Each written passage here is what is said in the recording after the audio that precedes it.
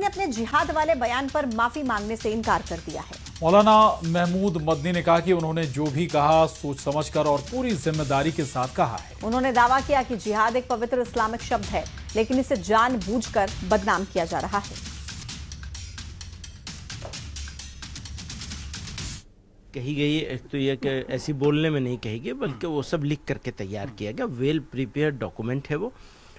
और हम बहुत ही साफ तौर पे कहना चाहते हैं कि जिहाद एक पवित्र शब्द है, पवित्र इस्लामिक शब्द है। इस शब्द को जिस तरह बदनाम किया जा रहा है, ये मुसलमानों के लिए अनएक्सेप्टेबल है। हम इसको कभी भी एक्सेप्ट नहीं कर सकते।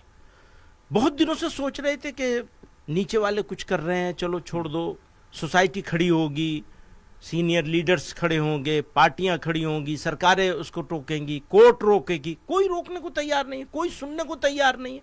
गाली बके जा रहे हैं और वो वहां तक ऊपर तक पहुंच गया कि चीफ मिनिस्टरों ने और यूनियन मिनिस्टरों ने गाली बकनी शुरू कर दी इस्लाम को। वो कह करके जिहाद जिहाद कह के हर चीज को जिहाद के साथ जोड़ दिया है। तो हमारे लिए तो जरूरी है कि हम बताएं कि जिहाद क्या है। हिंदा कौमें सरेंडर नहीं करती और वंदे मातरम आपको बोला जाएगा, आप बोल देंगे। हाँ। तो वंदे मातरम पर चर्चा भी होनी है। तो अगर सर इकेश्वरवादी हैं, इकेश्वरवादी हैं, एक खुदा के मानने वाले हैं, एक ईश्वर की पूजा करने वाले हैं। आप ये चाहते हैं कि मैं 70 जगह पे मत्था टेकने लगूं, ये नहीं होगा, ये बिल्कुल नहीं होगा। कोई अगर करना चाहता है करे शौक से, जबरदस्ती क्यों? तो बच्चों के साथ स्कूलों में जगह जगह जबरदस्ती हो रही है, ये एक्सेप्टेबल नहीं है।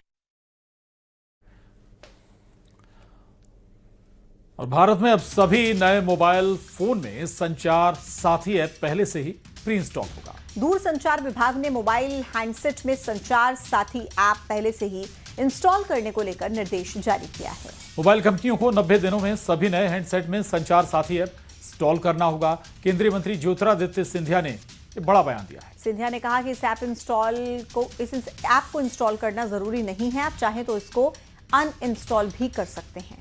ये जरूरी नहीं है। दरअसल दूरसंचार विभाग ने भारत में इस्तेमाल होने वाले सभी मोबाइल फोन में संचार साथी मोबाइल ऐप प्री इंस्टॉल होना अनिवार्य किया था। उधर संचार साथी ऐप पर कांग्रेस सांसद प्रियंका गांधी ने कहा कि निजता का हनन है, संचार साथी ऐप के फैसले को सरकार को वापस लेना चाहिए। संचार साथी ऐप का फैसला डिक्टेटरशिप है। अगर आप चाहते हो तो इसको आप एक्टिवेट करो, अगर आप नहीं चाहते तो इसे एक्टिवेट मत करो।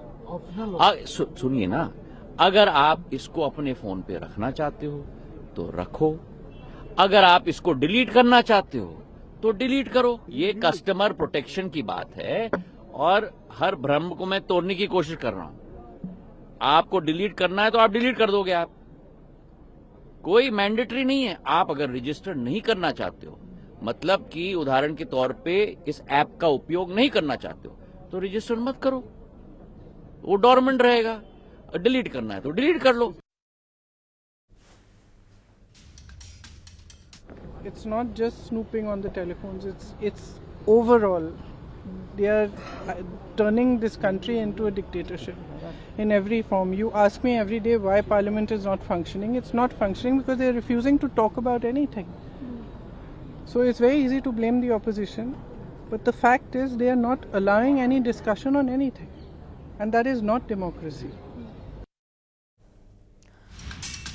और अब आपको बताते हैं कि संचार साथी ऐप है क्या। सरकार की ओर से इसे क्यों लाया गया था, यह भी सवाल है। जनवरी से अब तक इस ऐप को इंस्टॉल करने से क्या फायदा हुआ, ये भी हम आपको बताते हैं। देखिए, दरअसल संचार साथी ऐप साइबर सिक्योरिटी टूल है। 2023 में एक वेब पोर्टल के रूप में से शुरू किया गया। इसका उद्देश्य मोबाइल नंबर, डिवाइस की सुरक्षा देना और सीधे सरकार की टेलीकॉम सिक्योरिटी प्रणाली से जुड़ा होना है। CEIR में हर मोबाइल फोन का IMEI नंबर दर्ज रहता है और अगर आपका मोबाइल फोन चोरी हो जाए या फिर कहीं पर खो जाए तो ये ऐप तुरंत फोन को ब्लॉक करने में मदद करता है। चोरी या खोए हुए फोन को ट्रैक कराने में भी मदद करता है। आपके नाम पर कितनी सिम चल रही है यह भी बताता है। इसे जनवरी 2025 में मोबाइल ऐप के रूप में पेश किया गया। साल भर में 5 करोड़ से ज्यादा बार डाउनलोड हो चुका है और अब तक 7 लाख चोरी हुए या खोए हुए फोन वापस भी मिले हैं। 3 करोड़ से ज्यादा फर्जी मोबाइल कनेक्शन कट चुके हैं। 37 लाख से ज्यादा चोरी के डिवाइसेस ब्लॉक कर दिए गए हैं और एंड्रॉयड और iOS दोनों ही प्लेटफॉर्म्स पर मुफ्त में ये उपलब्ध है। और बात पड़ोसी मुल्क पाकिस्तान की, जहां हालात बिगड़ते दिख रहे हैं। पाकिस्तान के रावलपिंडी में अदियाला जेल की सुरक्षा बढ़ा दी गई है। जेल जाने वाले तमाम रास्तों को बंद कर दिया गया है। दरअसल आज और अब खबर सीहोर से है। यहां बहरूंदा ब्लॉक के मांगरोल शासकीय माध्यमिक शाला में छात्रों को मिड डे मील के नाम पर गुणवत्ता विहीन भोजन दिया जा रहा है। मिड डे मील गुणवत्ताहीन नहीं है, बल्कि उसमें से कीड़े भी निकल रहे हैं। और जैसे ही मामले की खबर परिजनों को लगी, वे तुरंत स्कूल पहुंचे और मामले की शिकायत की। लेकिन स्कूल प्रभारी मामले में लीपापोती करने की कोशिश करते नजर आए। उन्होंने साफ इनकार कर दिया कि खाने में कीड़े मिले ही नहीं। बच्चे ही खाने की चीज को कीड़ा समझ बैठे, जबकि मामले में परिजनों ने भी बताया कि बच्चों ने खाना देखकर खाया नहीं और उसे घर ले आए। और जब उन्होंने देखा तो खाने में इल्लियां थी। हालांकि मामले में संकुल प्रभारी ने जांच कराने की बात कही है। आप ये बताइए कि यहाँ जो आज भोजन मिला कि नहीं आपको? सर नहीं।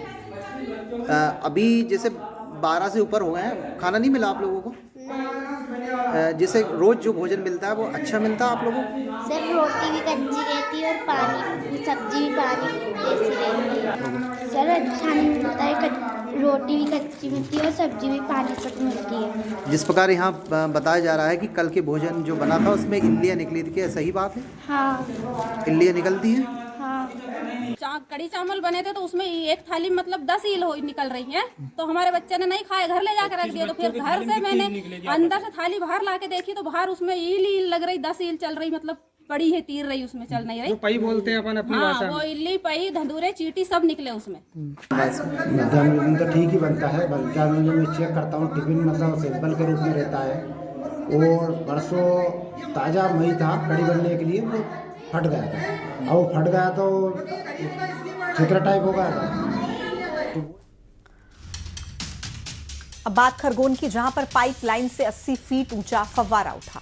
बताया जा रहा है कि पाइपलाइन के एयर वॉल में लीकेज हो गया था, जिसके कारण हजारों लीटर पानी बर्बाद हो गया। वॉल लीकेज होने से नालों में पानी भर गया। सूचना के बाद विभाग की तरफ से मोटर पंप को बंद कर दिया गया और उसके बाद पाइपलाइन की मरम्मत भी की गई।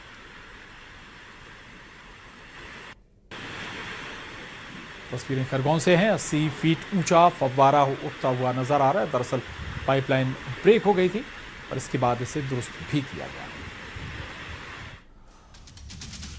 और धार स्थित भोजशाला में हिंदू समाज के लोग मां वागदेवी का नया तैलचित्र लेकर पहुंचे, लेकिन सिक्योरिटी गार्ड्स ने उन्हें अंदर नहीं जाने दिया। दरअसल हर मंगलवार को मां वागदेवी का चित्र लेकर हिंदू समाज के लोग यहां पर पहुंचते हैं और आराधना करते हुए हनुमान चालीसा का पाठ करते हैं। लेकिन पुराना चित्र खराब होने के कारण हिंदू समाज के लोग नया तैलचित्र लेकर यहां आए थे। और इसी बात को लेकर पूरा विवाद हुआ। जब गार्ड्स ने चित्र लेकर समाज के लोगों को प्रवेश नहीं दिया तो लोगों ने बगैर चित्र के ही भोजशाला में हनुमान चालीसा का पाठ किया और बाहर आकर नारेबाजी की। सत्याग्रह चालू हुआ तब से लगाकर आज तक पहली बार ऐसा हुआ है कि बगैर मां के चित्र के सत्याग्रह हुआ है। प्रशासन की हठधर्मिता है। प्रशासन के नियम केवल हिंदू समाज पर लागू होते हैं। आज यहाँ पर यह पुरातत्व की धरोहर है, किंतु उसके ऊपर पुताई की जा रही है, जिसकी कोई अनुमति नहीं है। पुरातत्व विभाग कोई अनुमति नहीं देता, नहीं पुरातत्व विभाग पुताई रंगाई करवाता है। उनके लिए कोई नियम नहीं है, केवल हिंदू समाज